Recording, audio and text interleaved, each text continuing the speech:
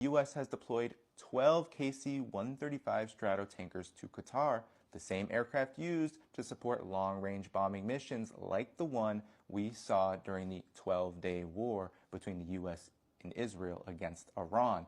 These developments suggest a major and dangerous escalation is currently underway. Of course, Israel always talks about escalation and has since the beginning, the middle, and the end of the 12-day war been threatening Iran with more strikes. He went in front of the UN General Assembly where over 50 delegates walked out on him, saying that Iran must not be able to rebuild its nuclear capabilities, that Iran's stockpile of enriched uranium must be eliminated altogether, the same rhetoric that sparked the first iteration of the war in the first place. And Netanyahu has vowed since the end of the so-called U.S.-brokered 12-day war ceasefire that we have no intention of taking our foot off the pedal. And if we see the actions of Israel right now, striking Syria, striking Lebanon, striking Gaza in its genocide, we know that Israel, when it makes these threats, it does plan to make good on them, no matter how catastrophic it may be for itself.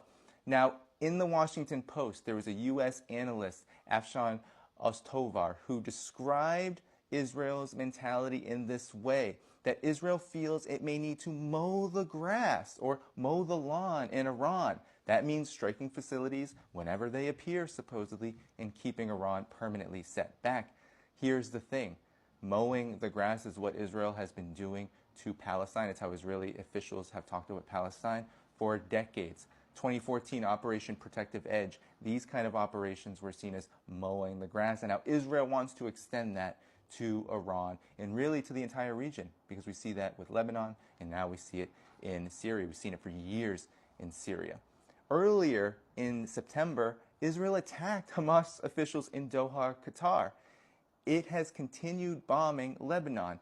Every strike has expanded the conflict in West Asia and has destabilized the situation to the point where we can only surmise that the United States and Israel have had this as the objective from the very beginning.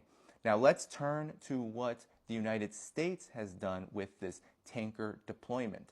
This happened on October 1st. The National Interest reported that Washington sent 12 KC-135 Stratotankers tracked leaving the United States, stopping in England, and then arriving at the Al Udeid Air Base in Qatar. One note about the Al Udeid Air Base: Iran struck this at the end of the 12-day war, and now Qatar has security guarantees. The Trump administration literally put in security guarantees, NATO-like security guarantees, for Qatar as it was sending these tankers, saying that any attack on Qatar is an attack on the United States. Now you could say that's because Israel attacked Qatar, and this is true. But the security guarantees are no doubt about Iran, that if Iran takes actions against this base again, that the United States will go to war. It's setting up a pretext. The United States doesn't care what Israel does. If it did, it wouldn't be supplying and supporting it like it has from the very beginning. Now, the last time this many tankers were deployed to the region was just before Operation Midnight Hammer, when the U.S. bombed Iranian nuclear facilities in June. And now the same surge happened again before this in 2019, right before the United States struck Iraq. And we know what happened then, the assassination of Qasem Soleimani, the high-ranking Iranian general that nearly led to a World War III situation. So this is an offensive operation.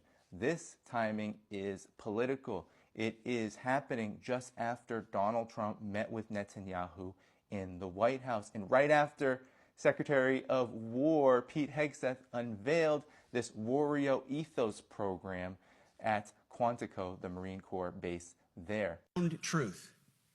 To ensure peace, we must prepare for war. From this moment forward, the only mission of the newly restored Department of War is this: warfighting, preparing for war and preparing to win. This is not about defense at all, and Pete Hegseth was very clear about this. This is about war, and the United States is definitely preparing for it against Iran. Now, The danger of this extends far beyond whatever Iran could do to strike back against U.S. and Israeli forces, especially Israel, as we saw during the 12-day war, the massive destruction that its ballistic missiles caused in cities like Tel Aviv. The Washington Post is noting very explicitly that the Gulf states, Qatar, Bahrain, Kuwait, Saudi Arabia, and the UAE, are not only speckled to U.S. bases, but anonymous officials in these countries are very, very concerned. Because, why? They're all vulnerable. Iranian ballistic missiles could easily hit any one number of these bases, and it demonstrated this, hitting a communications site at the end of the 12-day war.